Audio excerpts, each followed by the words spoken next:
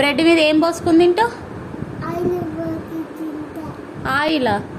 Oil అంటే ఏంటిది?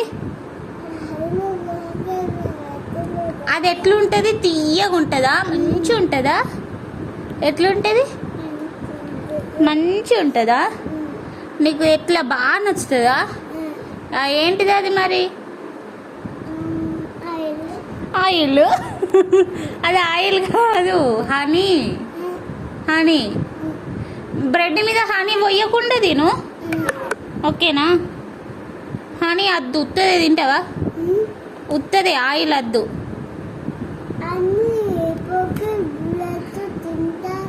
అన్నీ పోచుకునే తింటావా? ఉత్తదే తినేమద్దు, అది ఖరాబ్ అవుతుంది.